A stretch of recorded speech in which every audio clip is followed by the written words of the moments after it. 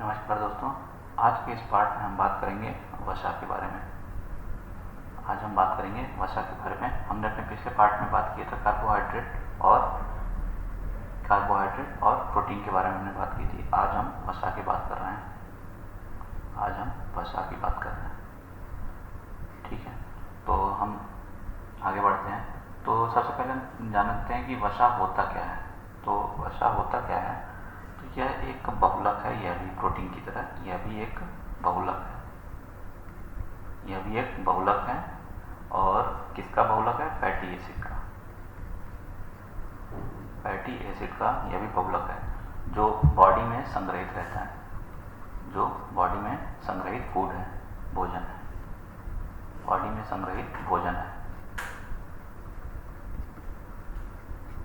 यह शरीर में 4-5 से 5 दिनों तक बात करें शरीर में, अगर कार्बोहाइड्रेट की बात करते हैं तो कार्बोहाइड्रेट शरीर में 4 से 5 दिन तक स्टोर रहता है। और अगर हम वसा की बात करते हैं तो यह 8 से 10 दिनों तक स्टोर रहता है शरीर में। कार्बोहाइड्रेट की बात अगर हम कर रहे हैं तो कार्बोहाइड्रेट क्या है, 4 से 5 दिनों तक, और वसा जो है वो 8 से 10 दिन तक स्टोर रहता है। तो अगर जैसे कोई स्ट्राइक वगैरह करता है या फिर अनशन वगैरह जैसे करता है, तो कई बार क्या होता है कि चेक करते हैं, उसका यूरिन टेस्ट देखते हैं, यूरिन टेस्ट करते हैं, और यदि उसमें कीटो बॉडीज़ मिलती हैं तो इसका अर्थ होता है कि शरीर ने प्रोटीन को खाना शुरू कर दिया है। शरीर ने प्रोटीन को खाना शुरू कर दिया है, और इस तरीके से मतलब कि उससे ज़्यादा फिर उसको अलाउ नहीं किया जा सकता है, उससे ज़्यादा अनशन अलाउ नहीं होता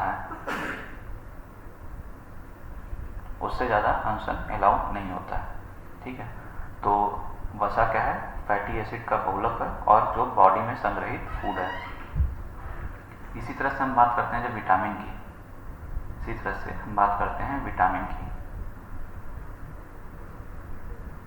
अगर हम बात करते हैं तो यह अंगों के कार्यशीलता के लिए आवश्यक होते हैं। अंगों की कार्यशीलता के लिए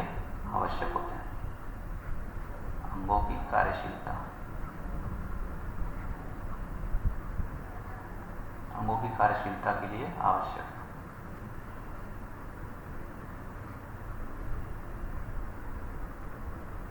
ठीक है। और खनिज की अगर हम बात करें तो ये कई अभिक्रियाओं में भाग लेते हैं।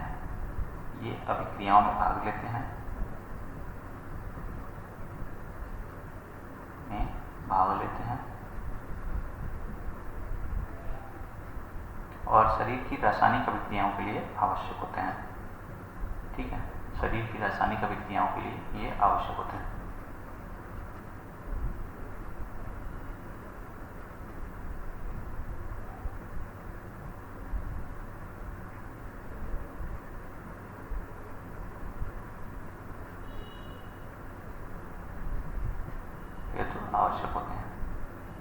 ठीक है। तो जैसे हड्डियों में कैल्शियम पाया जाता है, बोन में कैल्शियम, थायराइड ग्लैंड में आयोडीन पाया जाता है, मसल्स में भी कैल्शियम पाया जाता है। ब्लड में बात करते हैं तो ब्लड में सोडियम, पोटेशियम, आयरन पाया जाता है, और तंत्रिका तंत्र में भी सोडियम या पोटेशियम पाया जाता है। तो इस तरीके से बोन में हो गया, थायराइड ग्लैंड में हो गया,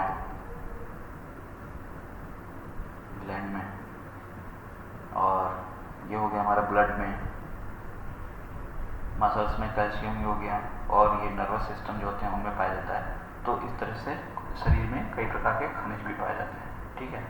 तो इस तरीके से विटामिन और खनिज का ये पार्ट होता है। खनिज अंगों की कार्यशीलता के लिए आवश्यक होते हैं, विटामिन अंगों की कार्यशीलता के लिए आवश्यक है, और खनिज अभिक्रियाओं में क्रियाशीलता के लिए आवश्यक होते हैं।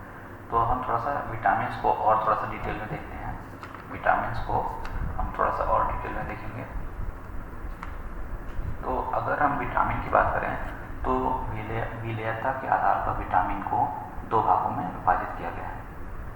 विटामिन को विलेयता आधार पर 2 पार्ट में विभाजित किया गया है। एक है जल में घुलनशील जल में घुलनशील और दूसरा है वसा में घुलनशील। वसा में घुलनशील। तो अगर जल में घुलनशील की हम बात करते हैं तो vitamin B and vitamin C ये जो होते हैं ये किस में घुलनशील है? जल में। और इसके अलावा विटामिन ए, डी, ई और के, ये वसा में घुलनशील है। तो विटामिन को दो वर्गों में विभाजित किया गया है, जल में, वसा में। जल में कौन कौन से हो गए? बी, सी और ए, डी, ई, के वसा में।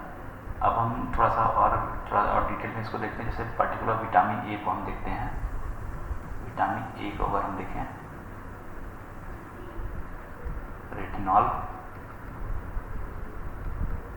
रेटिनॉल और इसका जो स्रोत होता है गाजर, स्रोत इसका जो होता है गाजर, टमाटर, सुनहरा चावल, ये मुख्य इसके स्रोत होते हैं। इसके अलावा अगर बात करें तो दूध, अंडा, मांस से भी विटामिन ए प्राप्त होता है। दूध, अंडा, मांस, इनसे भी विटामिन प्राप्त होता है। और अगर स्वास्थ्य के लिए आवश्यकता इसके देखें तो सबसे ज़्यादा ये आंखों के लिए आवश्यक होते हैं। इनकी कमी से रतौंधी नामक रोग हो जाता है। आंखों के लिए आवश्यक,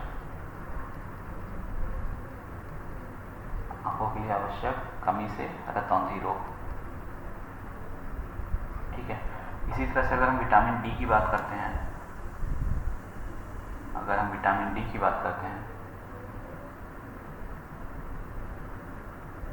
विटामिन डी कैल्सीफेरॉल,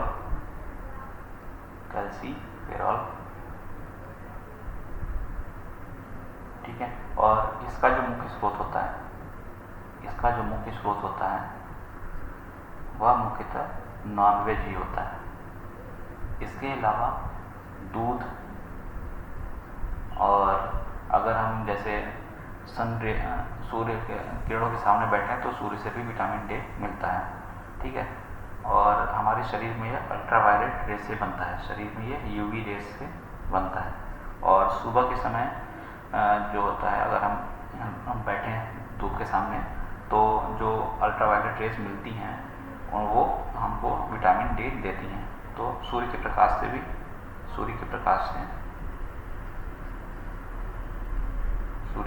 की मदद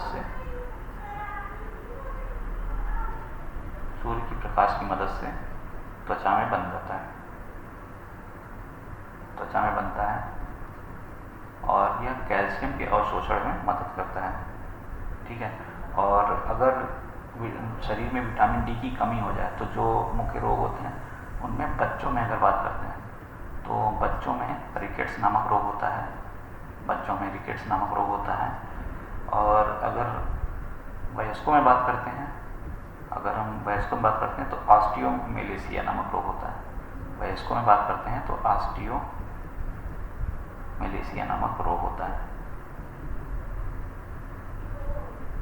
बच्चों में रिकेट्स और वयस्कों में ऑस्टियोमेलेसिया नामक रोग होता है। और ये ऑस्टियोमेलेसिया जो होता है ये मुख्यतः महिलाओं में ही होता है।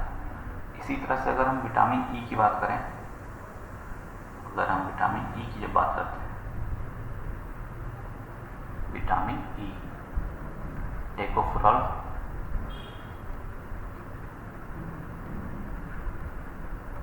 और इसको ब्यूटी विटामिन भी कहते हैं।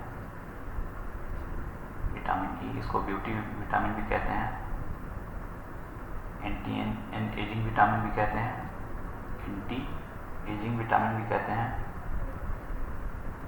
तो अगर हम इसकी बात करें, इसका स्रोत जो मुख्य होता है ताजे फल होते हैं, ग्रीन टी या काली चाय, ये इसके स्रोत होते हैं। इसमें ये एक तरह से फ्री रेडिकल का काम करते हैं, जिसके कारण से जो शरीर में बुढ़ापे के लक्षण होते हैं वो देर से आते हैं। और इनकी अगर कमी हो जाए शरीर में तो एक तो झुर्रियाँ पड़ जाती हैं शरीर पर, विटामिन ई से ये समस्या आती है, तो झुर्रियाँ और पुरुषों में नपुंसकता की समस्या। इसके बाद हम विटामिन के बारे में देखते हैं। विटामिन के, विटामिन के तो हमने नाम जो इसका रासायनिक नाम किलोफिनोन, ठीक है। टेकोफोरॉल विटामिन ए, विटामिन ई हो गया था, कैल्सीफेरॉल हो गया विटामिन डी, रेटिनॉल हो गया विटामिन ए। तो अगर विटामिन के की बात करते हैं तो यह सामान्यतः मानव शरीर में ही बन जाता है, सामान्यतः मानव शरीर में ही बन जाता है, मानव शरीर में बन जाता है। और इस कारण से क्या होता है कि नॉर्मली शरीर में इसकी कमी नहीं होती है, और अगर इसकी सहायता जो होती है, इसका जो हेल्प होता है शरीर में, तो ये रक्त का जो थक्का होता है उसके बनने में हेल्प करता है, रक्त का थक्का बनाने में सहायता करता है। और यह एकलौता विटामिन है जो शरीर में ही बन जाता है, यह एकलौता विटामिन है जो शरीर में ही बन जाता है, ठीक है। इसके अलावा अगर हम जल में घुलनशील विटामिन की बात करते हैं, ये क्या थे हमारे, ये हमारे क्या थे जो वसा में घुलनशील थे। अभी हम जल में घुलनशील की बात करें अगर हम, तो विटामिन बी और विटामिन सी, ये हमारे किस में थे, जल में घुलनशील थे। तो विटामिन बी की अगर हम बात करें तो इसमें कई टाइप का आते हैं, इनका हम डिटेल एक अलग से पार्ट में करेंगे। विटामिन सी की अगर हम बात करें तो इसमें स्कॉर्बिक एसिड,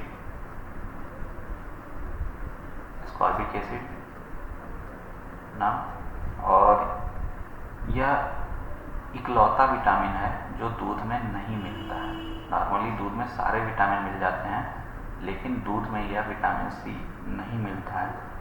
और यह नॉर्मली क्या खट्टे फलों में, खट्टे फलों में, दही में, नींबू, आंवला, इमली, इस तरह के फलों में मिलता है। और यह इसकी ये करता क्या है, यह शरीर में घावों को भरने में मदद करता है, शरीर में घावों को भरने में, घावों को भरने में मदद सहायता करता है। और अगर इसकी विटामिन सी की कमी हो जाती है तो स्कर्वी नामक रोग हो जाता है, स्कर्वी रोग। अगर इसकी शरीर में कमी हो जाए तो स्कर्वी नामक रोग हो जाता है, ठीक है।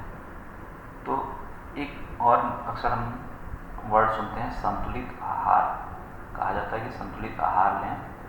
तो संतुलित आहार से क्या मतलब है, तो अगर कार्बोहाइड्रेट,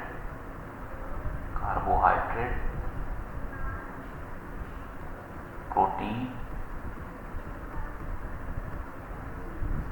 और वसा, इनको 4:1 के अनुपात में भोजन में अगर कोई व्यक्ति लेता है तो ये कहा जाता है कि यह व्यक्ति संतुलित आहार ले रहा है। कार्बोहाइड्रेट 4:1:1, तो ये संतुलित आहार कहा जाता है,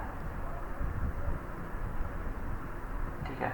और इसी तरह से अगर पूर्ण आहार की बात की जाए, पूर्ण आहार की बात की जाए तो यदि कोई व्यक्ति भोजन में समस्त तत्वों को शामिल करे, अपने भोजन में समस्त तत्वों को शामिल करता है, तो उसको बोलते हैं पूर्ण आहार, उसको पूर्ण आहार कहते हैं। और अगर कंप्लीट डाइट की बात की जाए जिसमें सभी पोषक तत्व मिल जाते हैं, तो नॉर्मली दूध और सोयाबीन, ये दो ऐसे तत्व हैं जो ऐसे हैं जिसको लेने से हम कह सकते हैं हमको पूर्ण आहार प्राप्त हो गया है। और अगर संतुलित आहार की बात करें तो चावल और घी संतुलित आहार में आ जाते हैं, संतुलित में। और पूर्ण आहार में दूध और सोयाबीन। तो अगर दूध किसी ने लिया है तो इसका मतलब है कि उसने पूर्ण आहार ले लिया है, अब और किसी चीज़ की उसको आवश्यकता नहीं है, ठीक है। और जो लोग मोटापे से ग्रसित होते हैं, जो लोग मोटापे से ग्रसित होते हैं उनको संतुलित आहार लेना चाहिए, मोटापे से ग्रसित लोग होते हैं, ठीक है। जो लोग मोटापे से ग्रसित होते हैं उनको संतुलित आहार लेना चाहिए। तो ये हमने आज थोड़ा सा विटामिन के बारे में देखा, और साथ में क्या देखा, विटामिन के बारे में और हमने वसा के बारे में देखा। नेक्स्ट पार्ट में हम अपने पाचन ग्रंथियों के बारे में बात करेंगे। अभी